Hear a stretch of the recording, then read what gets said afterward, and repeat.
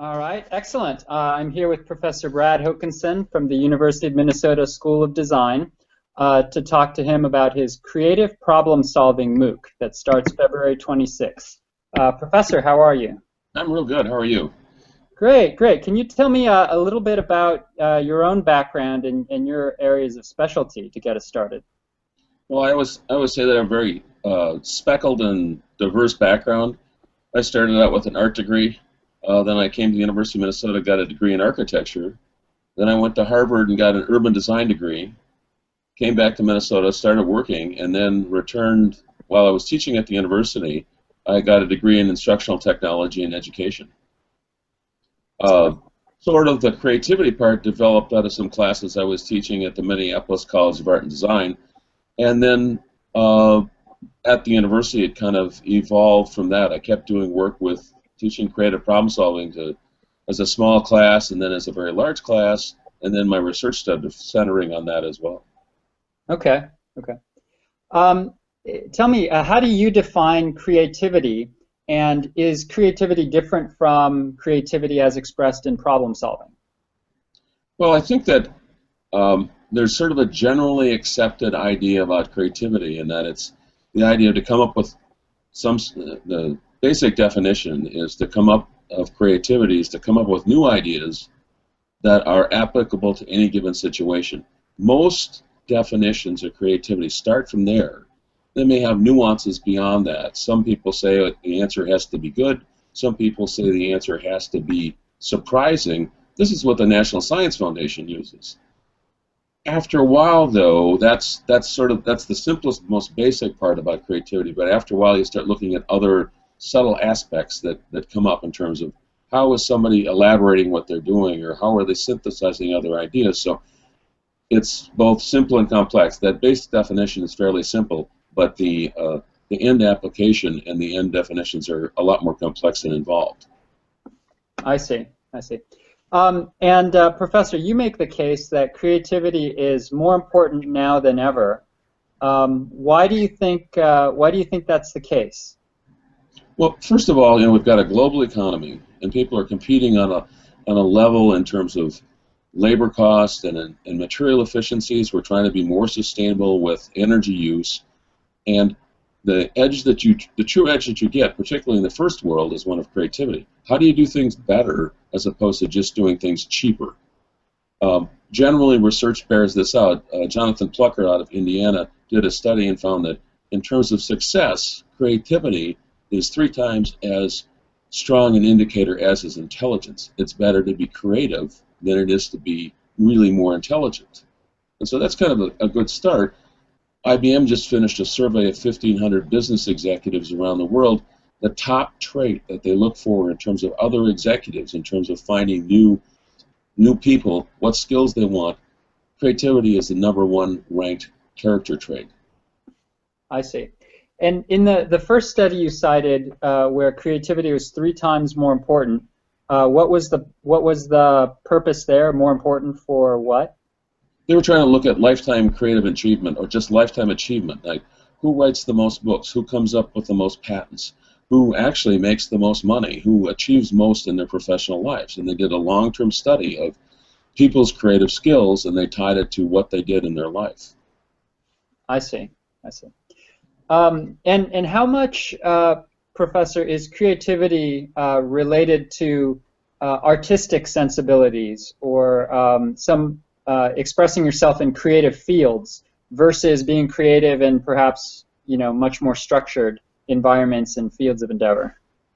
Well, obviously it's important in say the arts and in design, but what I try to look at, it's sort of the small c creativity, where it's the everyday creativity that everybody needs creativity to survive and to succeed. You don't have to be an artist to be creative. I mean, you want your accountant to be reasonably creative. You want your mechanic to be creative, and I'm happy my cardiologist is creative because he can figure answers out in terms of what he sees, where he doesn't have it's not a multiple choice answer. He has to figure these things out and has to explain things. And I think we all need the best results we get from people are ones that are from people that are creative. You watch a football game or a soccer game, and they always say, well, he's a real creative player, and that means he does things that are new and applicable and surprising, and he gets better results than people that just say, oh, we know exactly what they're going to do. Okay. Professor, how much can creativity be learned or coached? And I know the feel-good answer is that everybody can be incredibly, amazingly creative, but I want you to tell me the honest truth. How much is it something that's an inherent trait versus something that can be developed? Well, it's like I test my face-to-face students every semester, and you know, there's a range of people that come in, and they do different things, and they start from different points. They can generally become more creative. Somebody who's really creative isn't going to improve the same amount as somebody who's not very creative in the beginning. It's moderately tied to intelligence, but there's this level of improvement that can happen. How much can be increased? I see increases in my class of about 50% in measured creativity from over the course of the semester. Usually there's some nuanced pieces in there, like people that are not native English speakers, because I teach in English, they do very poorly in the beginning, but they really develop well later at the end. A lot of creativity is based on the language that you use. So that if I were teaching in Spanish, people that spoke Spanish would probably do better in terms of improving as well. So it varies, and we all come from different cultures, and we come from different backgrounds, personal backgrounds, and I have to blame my parents and say they're the ones that helped me be more creative because they gave me opportunities and they let me do things. And not everybody has that open a background. The toughest students, I always say, in my class are the honor students, because they've learned how to survive in the academic environment. They've been really great students, straight A students, get the top scores. They know the answers. They're trying to get one answer, but they don't have the opportunity to kind of reach out and try to do different things. They go around the corner, and all of a sudden, in other words, they kind of accept the idea of creativity. They really go whole hog at it, and they do extremely well after that. So it's background, and probably there's genetics in there as well, and culture for sure. Okay. And so what I hear you saying is that there might be a lot of habits or practices that we build up that can block creativity. Is that correct? Regimented ways of thinking and approaching problems. Is it a matter of knocking down those habits then that can unleash a lot of creativity? Yeah, I think that's true. It's like habits are useful things to have. I mean, we have a habit of brushing our teeth, or we have a habit of doing exercise. We also have all these assumptions and habits that we build up as we go along, like what do you have for breakfast every day? Do you have the same thing for breakfast every day? And can you change that? How would that change your outlook? How would that change your health? How would that change what you do for the rest of the day?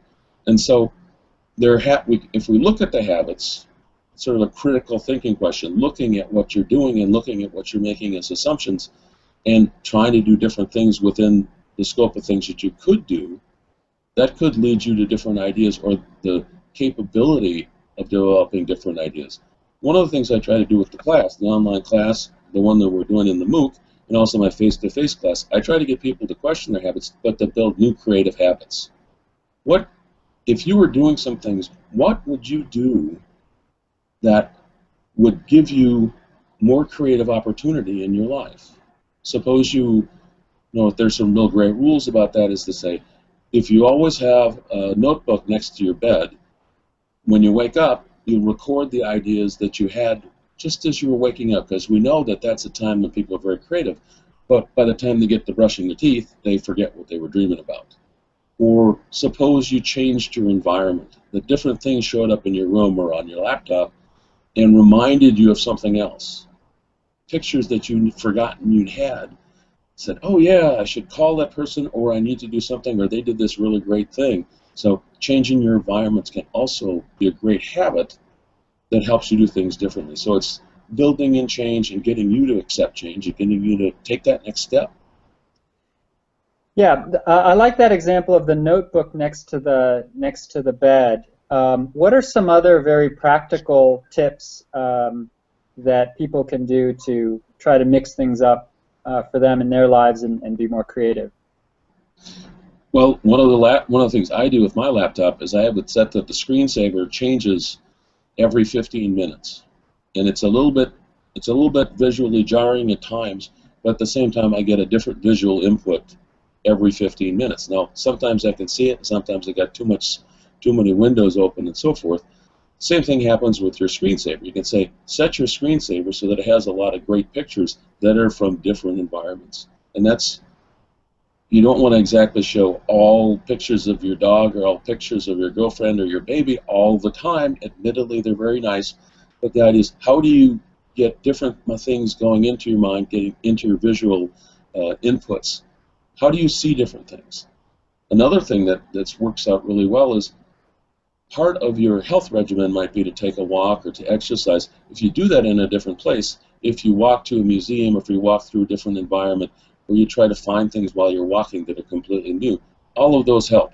Walking a different route will give you much different insights in terms of your life, or driving a different way home. I mean, going to work, you're trying to be efficient and get there early or get there on time. Going home, it's a little more your time, so maybe exploring a little would let you see something that's completely different. You might find that little coffee shop or the pastry shop or something, or the flower shop on the way home, or you might just see something completely different. Sure, sure. No, thanks for the tips. Those sound helpful. In terms of improving creativity, how much of improving creativity is about following a different process or changing the process in some way versus finding new sources of inspiration to be inspired? Or is that even a valid distinction to make? I think that's a valid distinction. I think one of the things, there's this range of things that change your creativity. If you practice being more creative, that will help you be more creative. If you consciously look at being more creative and believe that you're creative, that will help a lot. If you change the environment, that will help a lot. But also, if you go through, there's a number of times when you just can't generate enough ideas, and you can go through a number of different processes, like formal brainstorming that was invented in the 40s, or I've got one that I'm doing in my class called attribute listing, where you can do things that, here are some things to trigger ideas. And so it's like you're putting the randomization part to rest, but you're going at here's a process I can use to kind of generate more ideas. Most of what I work on is called sort of diverse thinking. We're trying to get people to think in broader manners. And the metaphor versus convergent thinking, we're trying to get people to think that, like dating, one of the things, if you're dating, meeting a lot of different people is a good idea. You'll get to see who you like, you'll get to find people, you might find the one that you really like, but you'll never know if they're the perfect one until you've gone through a couple people. Convergent thinking is, how do you settle down and focus on one person? Same thing with ideas, that I'm trying to get people to have a lot more ideas, because, like Linus Pauling said, the best way to have a good idea is to have a lot of ideas. You can kind of get rid of the bad ones or just not accept them, but the idea is you want to start with a lot. Most people, one great habit to have is always give more answers than are needed. In my class, what I tell my students is, the only wrong answer is one answer. Have more than one answer. Research that I've done, and research by one of my colleagues here at the University of Minnesota, is that after people go through about 10 ideas for something, generally then they try to get to unusual ideas, or things that are completely different, but ones that are a lot more creative.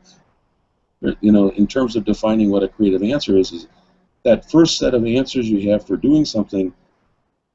Usually there are things that you expect, whereas when you get down to number 10, it gets to be things that are kind of unusual and surprising, and things you never thought of, and like, wow, I could use this for that. In my example, like I use binder clips a lot, and I give people, say, 90 seconds. This is part of the course, and this is one of the drills we use. It's like, come up with as many things you can do with a binder clip. Putting papers together is fairly simple. A lot of times, after about a minute and a half, people get to, oh, you can use that as a painful earring, or it could be a very good Barbie purse. It's basic black, and it works out very well. the idea is to how do you get out to those ideas that are further out, but that weird idea that might be really useful in some cases. We don't know what ideas we need because we haven't done them yet. And so, or even saying, if we can't make something better, what would happen if we made it worse? Trying just that whole set of directions. We spend so much time beating our heads against the wall trying to do things just a single little percent better. So. Yeah, you know, in my observation, Professor, it seems like a lot of interesting innovations come about when it's not just a new idea, but there's a couple of ideas that intersect in a new way. So if you have a process where you generate lots of ideas, is there also a way we can help to think of different ways that those things can match together and mash up in innovative ways? I think the mashup part is an extremely good methodology in terms of doing things. Whether you're starting with combining words or whether you're combining ideas, that's part of the creative process. The first part is going out and diversifying.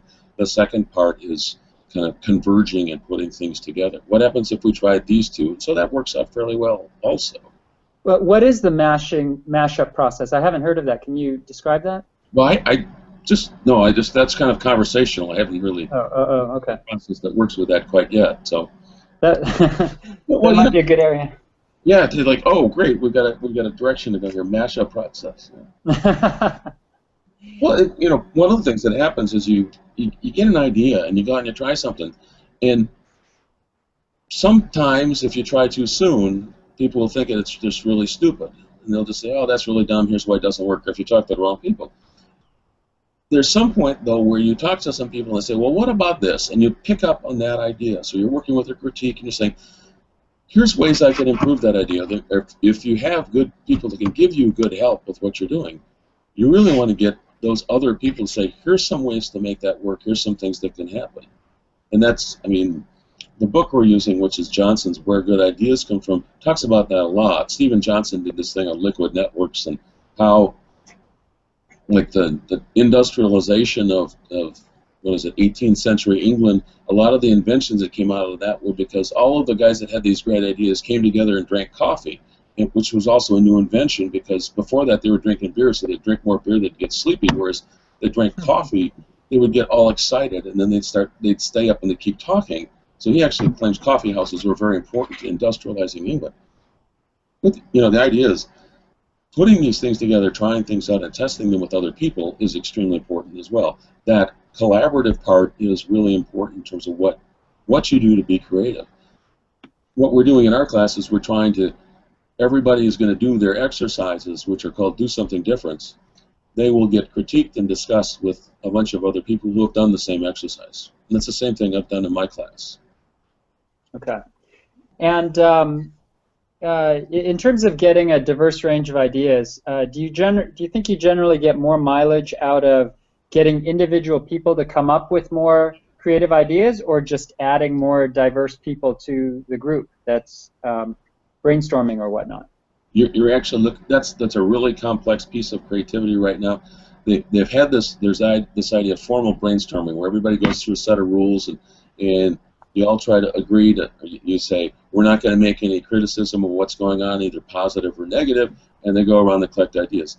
They found that that's not as effective as it could be as if you have individuals develop the ideas before you start, and then you come back into that group, or even if you come back into a group and you go through a little more, say, ring of fire and having people test it. So it varies, but the idea is having people, sometimes you have to argue forcefully for an idea, sometimes it's more supportive. So there's a lot of different methods that come out of that process. There's collaborative teams that work well together. One of the big rules about collaborative teams is that they shouldn't have the same type of people in them. My worst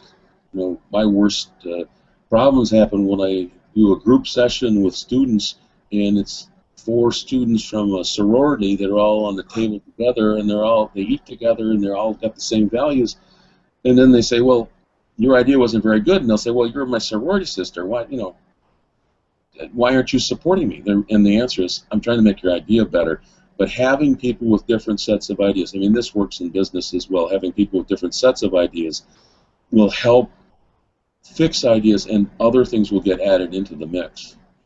Okay, but you're saying that the classic brainstorming technique, which is probably practiced in 90% of corporate America, is not the ideal approach in many cases? Yeah, there's been a lot of research on that lately in terms of saying it can be made better.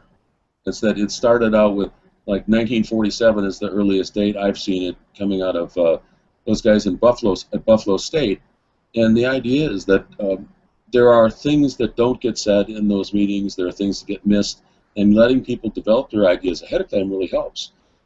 Particularly with the innovative or the introverted people, is that they don't speak up right away, and they have to kind of get ready to talk in that bigger group. I see. Okay. And speaking about research findings, broadly speaking, what have we learned about creativity through the sciences, whether it be the hard sciences and neuroscience or social science? What do you think some of the biggest things we've learned over the past 5 years, 10 years about creativity and the creative process? I can do some range of things. There's a whole, I mean, it goes from very big to very small. One of the things that came out is where does creativity come from in the brain? I mean, Johnson's got a lot of ideas. He's got some good metaphors, and it's really helpful to read that. But biologically, it's like right about here. And we know that both sides of the brain participate in creativity. A lot of people talk about right brain, left brain, but there's actually action that's firing across the brain that they have in terms of those fMRIs. That's sort of on one end of it. On the other end, things I've done is I've tested people before they had breakfast, or like early in the morning, and generally I found that people that had breakfast were about 15% more creative than people that didn't. And it's like, I didn't even ask them what breakfast. It's like, did you eat something, or did you just come straight to class? 9 o'clock in the morning for a college student is pretty early. And those guys are just getting up, and about half have breakfast and half don't. And just having some nutrition that feeds your brain. So that means that the brain's a biological organism. That means that creativity is one of those higher order thinking skills that needs a healthy brain to make something happen. Generally, if you exercise, that will also help you, and not even a lot, it's like an hour 3 times a week, will increase your creative potential because your blood flow is going and everything's moving like that. The breakfast one was the big one I found.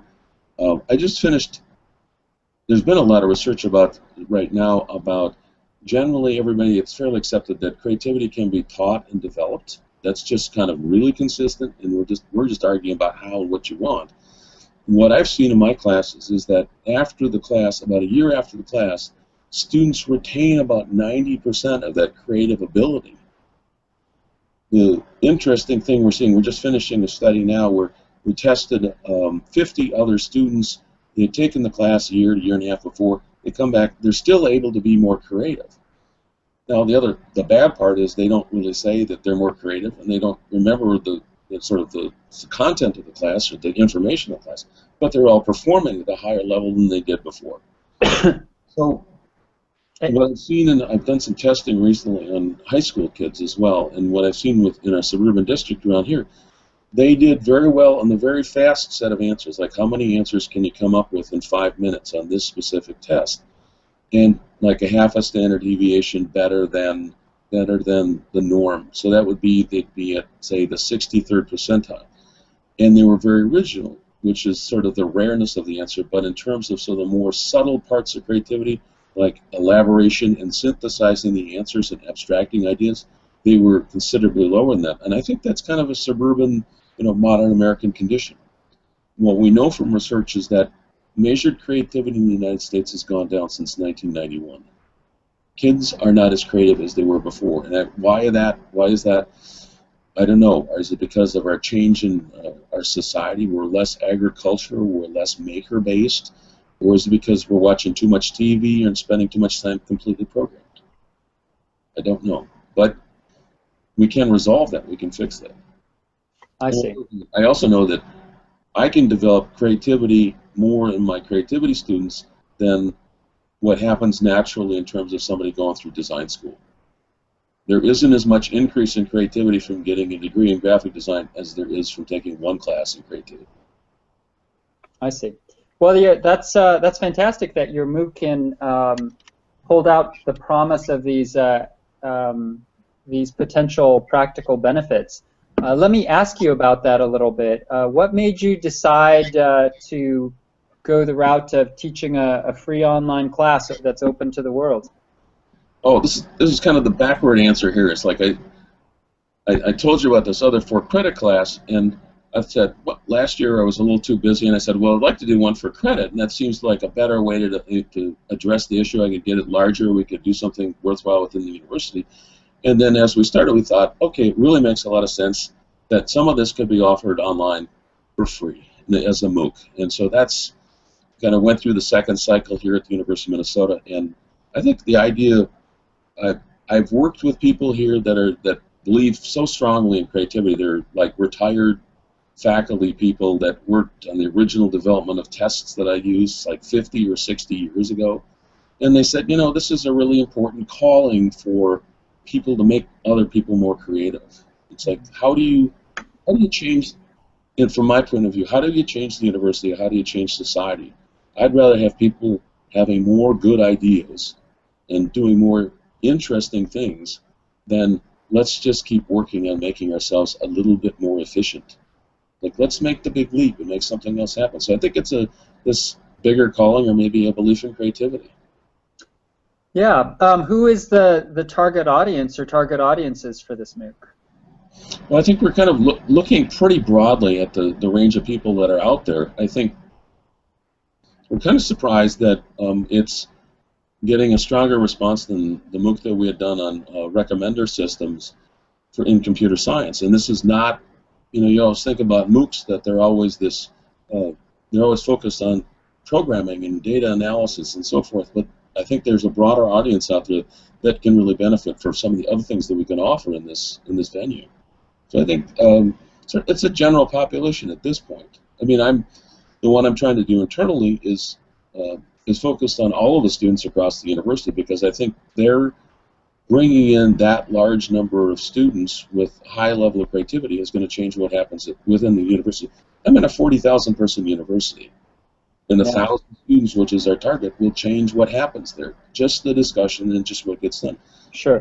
You do that in the general population, you've got a bunch of people that are more creative, more interesting, having more fun.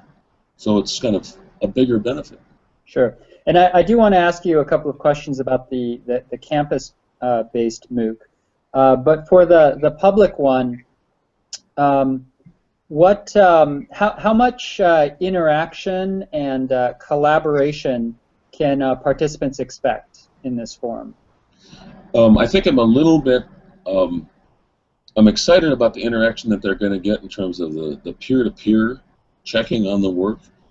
Students are going to have 5 exercises to do something different. For example, eat something different is the first one. They have to record that, they have to take a picture, they have to write about why it's different, and then they're posting it online, and then they will review 3 other people's exercises of the same kind. Then they'll also have, in terms of reviewing those other people, they need to kind of come up with ways that those people can make those ideas better. One example I give is that we have some students that happen in Minnesota that have never had Chinese food. And it's about 3% of the population from what I've seen. And I say, 1 billion people had Chinese food yesterday. How do you make that a more different experience? How do you make it creative so that they would understand as well? So one of the other things that's going to happen is there's going to be a really interesting cross-cultural exchange between these people, because the MOOC is a worldwide phenomenon. We have people from Eastern Europe, we have people from China, and we'll have people from Africa answering the same question. How do they change their diet, or how do they change the experiences that they have? And hopefully the people that they're interacting with are going to be able to take into account that cultural difference, as well as give them ideas in terms of how to take it further. Yeah, I like that interactive aspect where there's this peer commenting that you're describing. But more generally, do you have concerns that the MOOC channel or method that's online might limit what you can do in terms of teaching creativity or encouraging the interaction that you'd ideally like to have? Yeah, exactly. I think one of the things that, I think about traditional large online classes, and they'll have like reading and they'll have discussion, or they may work on projects together. A lot of this one is built on individual lessons of people being out in the community someplace else and pulling together these very disparate sets of people that discuss and talk about what they're doing. We're also trying to run a parallel part with a forum where they will post their stuff out to the broader forum so other people can comment and talk about it. I think that's worthwhile. It's still not going to get to that same engagement like Johnson talked about in coffee houses, or what you'd like to see here, or like probably what you do is like you talk and meet with friends and talk about ideas, and it's a very free-flowing, unmediated experience. If we were talking in person, it'd be considerably different, and we might say different things based on body language or other ideas that would come up. I could see some of the things that would be in a next iteration is how do you get the students in the class, the students in the MOOC, to reach out and start connecting with or building small groups of their own, so that not only is it the people in the MOOC, but it's people in their immediate environment, like people in their neighborhood. So I think what I was trying to do with the class was to make it so that it could, not only do you get information from me, because that's not the most important part. Well, the important part that I'm sending out is sort of the challenge for people to do things wherever they are. It's like, go in your backyard, do something creative there, or go on the street that you live in and talk to people about their own creativity. How do you get people to look for creativity or do things that are creative that engage everybody else? I mean, that's one of our scoring parts on it too, is that did you do this in public or did you do it in private? Did you engage other people? Because people can be really wild and crazy in their own bathroom, but you generally don't translate that behavior to something you're doing out on the public street. Oh yeah, yeah. How do you get people to be able to do that, and how do you get them to not get arrested is one thing, but so it's an outreach thing too. Sure, and Professor, I think that taking a course like this is also a great excuse for people. I could see people saying, hey, I could see people standing in front of a grocery store saying, hey, I'm taking a class on creativity, and I'm trying to gather great ideas to solve problem X. Can I get, can you fill out a survey for me? Can I chat with you a minute, etc.? I mean, it's a great way to kind of shift the awkwardness onto a reasonable cause. Yeah, it's actually like my face-to-face class is the same thing. It's I give them this really great excuse. There's a couple magic words that I give them, because they'll run into people and they'll say, what are you doing? Are you stupid or are you drunk? And I say, no, just say this. It's for class. You just say, it's for class, everybody goes, oh, how can I help? Or it's like, let me help you with that. And generally, like, everybody's very, very responsive to somebody trying to learn and better themselves. So that permission of the class, you're exactly right, that permission of the class helps people go out there and, it's just not me doing it, I'm doing this for class. I may look silly, it's for class. Exactly. Professor, let me ask you about this on-campus MOOC, because I think that this is a new phenomenon. The standard massive MOOCs have been out there for a couple of years. They're still in their infancy, but this on-campus MOOC is a new phenomenon. It sounds very intriguing. You call it Smooch there. Can you tell me about that? What the goals are? Yeah, Smooch stands for a summer massive online open course here. And I wanted to target the students at the University of Minnesota. And because we have enough people to say, let's use MOOC-based technology to kind of give them a course. We can get enough people to make it worthwhile. And how do you take the best part of a MOOC and apply it to an online course at a large university or small university? And what I came up with is I figured out a way that they have time over the summer. Most people take an academic year calendar, and it starts from September 1 and goes to about May 10th. And over the summer, however, they're doing something else. They're not on campus. They don't have this full load of classes. And so they have time available, but they don't have the money to pay for the class. What we're seeing is nobody pays for summer classes because they can't get financial aid, or they're too busy and it's just too expensive. And so I thought, well, if I can arrange it with my university so that the credits will be paid for in the fall, but they'll sort of do the class over the summer. In the fall, they're paying for full tuition already. And nobody cares if they take 3 more credits here.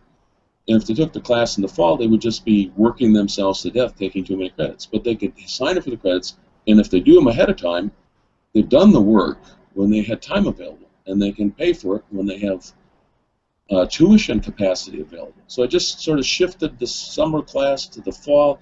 We've worked it out with the registrar's office, and so that's sort of the basic model. That's very creative. Yeah, they'll get it done. And universities have a problem with making sure students make progress. We want to get them moving through. We don't want to overload them, and I suppose we're putting a lot on the courses, and they're working hard on the courses that they do take. But here's a time when they're available, and they can. Of course, we programmed it and designed it so that they can do it wherever they were.